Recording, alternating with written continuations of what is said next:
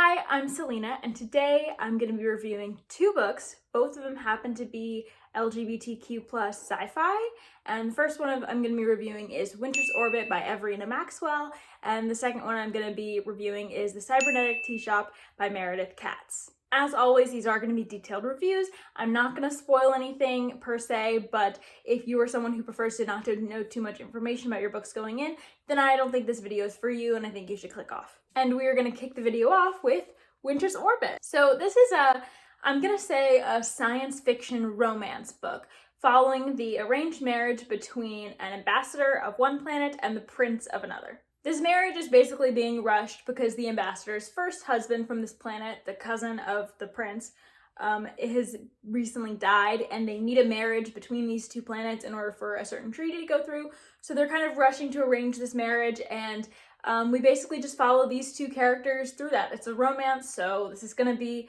about them getting together and their story together. But the plot thickens when basically our two characters, Kiam and Jinan, basically realize that Jinan's first husband, there may be more to his death than was originally believed. So you know how fantasy romance is a pretty big subgenre intersection of fantasy or romance or whatever you want to call it? Yeah, this is like that, only for science fiction, which I haven't seen very much of. I haven't seen very much of science fiction romances like the fantasy romance craze that's going on right now with booktube and publishing in general. So whereas a regular science fiction may have romance in it, but the focus is on the plot, such as the Lunar Chronicles, we have a lot of romances in that series, but we also have an overarching plot that the focus is largely on.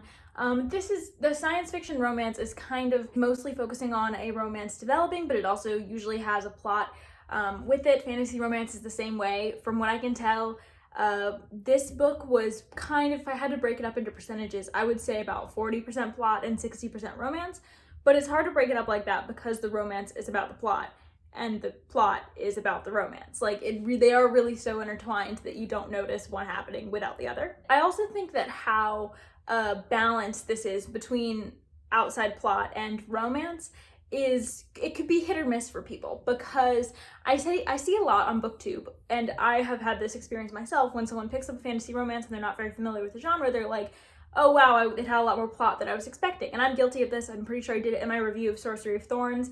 And from what I've seen, I've started seeing more people talking about fantasy romance and realizing that there usually is a plot going on. It's not always just a romance shrouded in fantasy or sci-fi. There also usually is a fantasy or sci-fi plot going on with the romance happening. It's just that they have equal time, or the plot is really dictated by the romance, and that's really where Winter's Orbit is. But because the plot and the romance are both so prominent in this book, I've seen both criticisms that this book has too little romance, and I could see people not being happy with how much there is in it. Basically, the people who are big romance readers and want this to be a huge steamy romance end up disappointed because they feel like it's too much sci-fi. And I could see someone who really loves hard sci-fi cool plots thinking, why is this so much romance? And so I really think that this book is for neither of those people. If you're interested in a steamy romance just shrouded in science fiction, this book may not be for you. You do have to take this book for the slow burn that it is, with the plot that it has. And it has quite a bit of political intrigue and plot around these characters. But also, if you're someone who likes expansive world building and huge ideas and, I don't know, massive plots and big series in sci-fi, then this book also may not be for you either. But if you're looking for something that has an equal amount of cute romance and a really interesting political plot, then this might be for you. And I definitely really liked that because I'm not a huge romance reader, and so it was helpful for me to have something else, the plot, going on that could keep me interested. But I also really liked the romance and how it was done and how it was explored through the plot, and I really liked the tropes that were used. I thought it was just good all around. It was just good, in my opinion. So I think that this book balanced plot and romance really well, and it intertwined the plots very, very well. But I do think that the first half of this book was a little bit slower on both the romance and the plot. We don't really get into the thick of things in either category until the second half of the book. And so if you're reading it and you're kind of like, where's the romance? Where's the plot? Like, what's going on? It might take you a bit to get into it. I didn't find that problem because I found everything so interesting, even when things were not progressing in the romance very fast, or when the plot wasn't progressing and we were still laying seeds, I still really enjoyed it because I liked their characters and I liked the writing style, and I just liked this book. The characters were really good in my opinion. We have Kiam, who is just this like sweet, charismatic, friendly, fun-loving, kind of himbo who hasn't really ever been involved in politics up till this point, but he finds himself kind of thrust into this world and married to someone who he didn't really choose for himself, but who he's attracted to nonetheless. And then we also have Jinan, who has clearly been traumatized at some point in his past. He is very diminished and overly anxious to please, like to an extreme. And he's very duty bound. He's very straight-laced. And some of these is just his personality, but also a lot of this is heightened to an extreme because he is walking on eggshells around a lot of people. And so with these characters, we get this really great dynamic relationship, but we also get to watch Jinan's healing journey and Kiam being on that journey with him. I will say though, this book does have somewhat graphic depictions of relationship violence, and so if you have triggers around those, I'm going to put trigger warnings in the pinned comment, and so I highly recommend you check this out. I will be detailing what sort of relationship violence happens and things, and so you can check and see if it's something that you can read. If you have trauma around that, I would highly recommend checking that trigger warning out. I don't really know how to talk about the romance or review the romance because I'm not used to reviewing romance, but I thought it was really cute. I thought a lot of the tropes we use are really cute, like the sort of arranged marriage sort of thing. I thought it was done really well. It wasn't done in like a weird way. It was really nice to see these two people kind of come together. And yes, it was sort of a forced proximity sort of thing, a forced marriage, but it's done in a really like respectful way. And I think that it was nice to see these two characters collide and just really improve each other's worlds. I loved seeing the respect that existed between them, the absolute adoration that existed between them. And I think it was really nice. I thought it was really cute. So one of my only complaints with this book is something really small that this book wasn't even trying to do. It's a world building thing. And I will say this book doesn't have amazing world building. So if you're someone who loves to get like an immersive world where you understand a lot of things about it and really get a feel for what this unique world feels like, and you like to have that uniqueness, this book isn't going to do that for you. We get to know some information about the world, but it's really not, it's not a lot. And I don't think it needed to be a lot, so that's not really my criticism. I think that it could bother some people, but it didn't really bother me because I understood that this book wasn't really trying to immerse you in a new world. It was just trying to tell a story with this sci-fi setting, because it's not much different from the world that we know. But at times it was a little too not different. And I'm gonna explain what I mean. This one really annoying part stuck out to me. It's just a brief dialogue. So basically we have two planets, Thea, where Jinan's from, and Iskat, where Kiam's from. And there was this dialogue, this moment where they see a creature, a like lizard creature. And Kiam calls it the name of an animal we have on Earth. And so that's already a little weird. Why not make up a new name for this thing? Why are we using a name of a creature on Earth that looks nothing like this creature, is not even a little bit related? Why would we use that? Well, the reason we did that is so we could make the following joke. And the joke is basically that Jinan's like, wait, that's not a blank. Like, we have those on my planet. And they aren't like that. They're basically the exact same animals we have here. And so now not only does this one planet have a not Earth creature with an Earth name, the other planet, Thea, has the exact Earth creature with the exact Earth name. And there's no, I don't know how such a thing happens. Like, I know with language can be a little weird, but there's also no indication that they speak different languages, which is another thing that I think some world building snobs would be like, what language are they speaking? Like, because in science fiction, you assume that everyone's not speaking English, right? Unless you're really dealing with like Earth or descendants of Earth, right? But it's never really talked about that they have different languages, or they're both speak the same, or I don't know. It's never talked about. So we assume they're speaking the same language, whatever it is. But why would you use an Earth word that's so specific for a creature that's not the Earth creature? But then to go and have the Earth creature on this completely other planet, which doesn't have the same like biological makeup as Earth. As far as we know, we don't really know what this planet is, but it's not Earth. And so I don't know why that Earth creature is there. I understand that some planets do have Earth creatures on them and are very Earth-like, and we don't know much about Theia, so it could be that that's the case. And I know there's plenty of arguments that life only evolves one way, so I can see why this creature is on Theia. But what fell flat for me was the language joke, where they both use the same Earth word for either the Earth animal or the not Earth animal. It just really annoyed me for a lot of reasons on a lot of levels, and it really shouldn't have annoyed me as much as it did, but I think it was just a little goof that kind of exposed how flimsy the world building is. And it works. Like, don't get me wrong, we don't need the world building to be super expansive for this very contained political romance story. But it would have been nice to not be pulled out of it by that weird joke, and by it wasn't just the joke, it was the moment of poking holes in your own world building that I didn't like. Anyways, time to move on from this freaking joke. I think this book discussed some topics really well. We live in a world where the perceptions of gender and sexuality are very, they're not huge big deals. It doesn't really seem like homophobia or transphobia is a thing in the world, and I think that the way that trans people and gay people and other people were portrayed was very nice. It was nice to see. It was a good effort. I could see some people having a few problems with the way it was done, but I do think it was a good effort, and I appreciated it. And then I also just think that this book discussed relationship violence and healing and trauma in an amazing way that I thought it was just great. I thought it was great. In the end, I gave this book 5 stars. It stayed with me. It stuck with me in my mind, rent-free for several days after I'd finished it, and I just had to write this review to like get all my thoughts out and try to get it out of my system. It didn't really work. I really, really enjoyed this book, and it's my favorite, I think, of this plot type with this focus on romance. I really, really enjoyed this book, and I highly recommend it if anything at all here sounded good.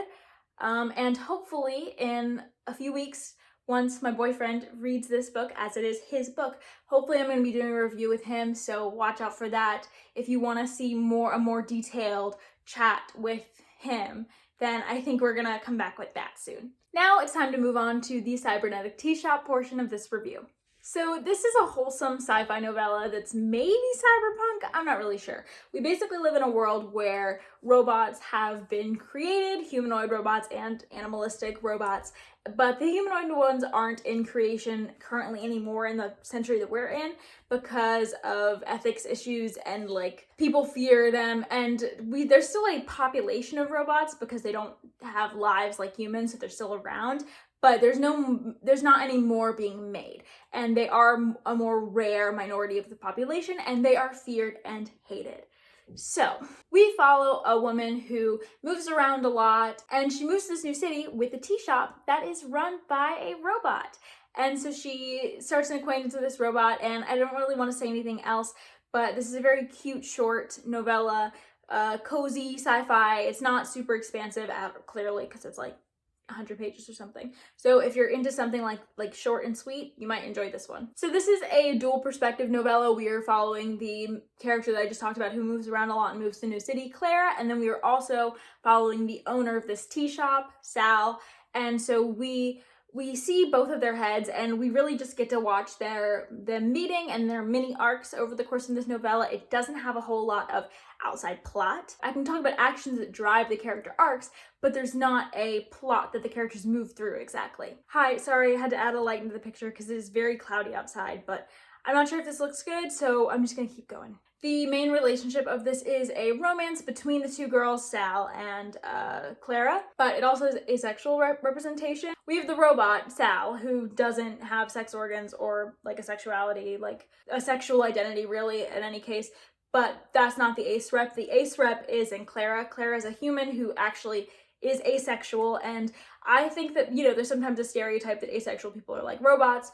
I don't think that this was falling into that because the robot was not portrayed as asexual. They had very different feelings. They just had different identities, and I think that was pretty well explored and it was differentiated. It wasn't like, oh, aces people are robots or anything like that. I didn't find the novella to be saying that, but you know, proceed with caution if you're worried about that. The tea shop was so cozy, such a cute setting that I really loved reading about, and I think it had the perfect setting for this cute relationship to blossom. We don't see too much of the outside world outside of the tea shop, and I think that you know, makes sense because it's a novella. That's not the point of the novella. But there were even just little world building things within the novella that was not discussed that I think should have been there. I'm not asking for a full exploration of the world in a 100-page novella, but I am asking for things that are relevant to the plot. I need to know about the world. So, for example, we're in Clara's perspective at first, and she's talking about the ethical issues that would come to a humanoid robot who will eventually develop its own very human personality and feelings and emotions and awareness. There's ethical problems with that being owned or belonging to a human. Whereas with animals, they're not programmed to have those human capabilities, so you can sort of just have like a pet cyber animal or whatever, and it's just the same as having a pet bird or whatever. So that's fine, that makes sense. But then when we meet Sal, we realize that she had a human owner. She and pretty much everyone in her line were purchased by humans and had them programmed as their owners. But it seemed inconsistent because the way Clara talked about it seemed to be implying that wouldn't happen in this world. But I don't know, it wasn't ever really explained why she thought that. Like, was it just Clara's own personal ethics? Is that how it is now because they don't have to worry about it because they're not making more robots? Did it always used to be like this? Did something change from the time that Sal was made and now? Like, what happened? And so how the society functioned in terms of this owning thing really was very unclear, and I think that it did take me out of the story to be like not knowing that in a story of this kind. But now let's get into my other big criticism. So I will just warn, this part is going to be more spoilery than I have been getting. And so if you don't want to know anything, if you listen to this, it won't ruin the book for you, although I do think it could bring up some very real possible problems with the book that I think people should know about and should be aware of going into it, but it won't ruin the book if you hear it.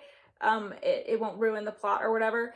But if you're not someone who likes to know things about your books, I would just skip this and go to the outro. Similarly, if you're gonna be sensitive to hearing things about sex and servitude and how they intertwine, I would also go ahead and skip to the outro.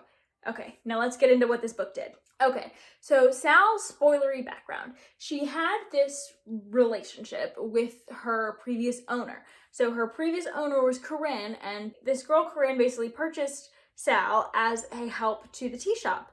And it said that robots they get more emotions and more human and they get more personality as they age and as they're they develop more, I guess. And so I'm guessing at first it started out as like a normal robot person relationship, like service robot relationship, but then it changed, and the implication is that they fell in love and they had a romantic, and it's definitely confirmed that they had a sexual relationship. They clearly, we get a very one-sided view of the story because we only have Sal's memories of Corinne. We don't ever meet Corinne. Corinne is long dead by this point.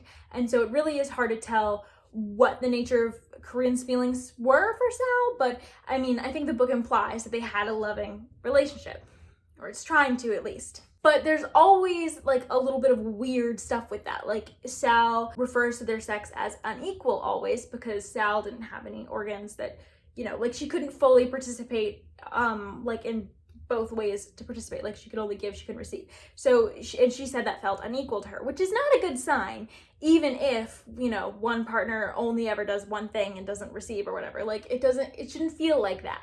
And so I don't know whether that was just a bad choice of words on the author's part or what, but then also there was just other things like that where it's literally coded into Sal to see Corinne as her owner, to basically hinge all of her hopes, dreams, and personality onto Corinne. And it's implied that Sal did a little bit of that herself through her love for Corinne, and it's just hard. It's hard to navigate the morality of this relationship, basically. because I think there's two ways to see it. You can basically see Corinne and as this like they had a, you know, what started out as like a relationship of an owner and like a servant, and then as Sal, you know, developed personality, this was they were more like running the tea shop together on equal footing, and the programming of belonging to Corinne was more in the way of how you belong to a significant other. When you're dating them, you're like, that's my boyfriend or that's my girlfriend or whatever. Like you define each other as someone to the other person. And that's not necessarily like an overly protective thing. And so there's a way to see their relationship as kind of a personification of that type of deep love, of when your core is very much about this other person, and your love for them. And that's the generous reading. The not so generous reading sees them as on less equal footings because it was literally programmed into Sal to be owned by Corinne or whatever her name is. And if that's the case, if she's really programmed to feel that way, what is the morality of them having a relationship? What is the reality of them having a sexual relationship? I don't know. I didn't like that this book had those questions and presented them to me and didn't answer them, didn't justify anything. Because to me, it, like, if you're not gonna go over it, if it's not, even though we had a character, Clara, was very uncomfortable with this relationship, but she didn't ever really talk about it being uncomfortable with it for those reasons. Like, it was just very hinted at that she was uncomfortable with it. So we could have had an outside party be like, oh, this was really bad, but that didn't happen. We could have had a like more justification for what the nature of their relationship was and the relationship of like the nature of their feelings, whatever. We could have had more of that. We didn't. And so you're left to draw your own conclusions. And I don't like that with something as volatile as this. Because to me, it really looks like a severe oversight in morality. It's like, are you trying to make a point about relationships that's really sweet? Or is this just a badly written, I forgot I was writing a servant and a master relationship thing, and so I just tried to make it equal and not talk about it. Like, it's like, which one is it? And it feels more like the latter, honestly. It feels more a little bit careless. And I don't like it when books like talk down to me. I'm not saying I need that. I'm just saying that the relationship that of Sal's past was questionable, and it wasn't made clear what the nature of it was. And if it's a certain kind of nature that I'm leaning towards it being, it's not good to just have that in there without any sort of caveat to it. On the bright side, the relationship with Clara was nothing like that. Clara was very uncomfortable with anything similar to that happening, and so that's good, I guess. But just know there is that backstory. We do hear a lot about Corinne, and we do hear a lot about their relationship and Sal's point of views. So just know going in that this book doesn't give you any answers about that, and I don't think it's for the better. Okay, rant over.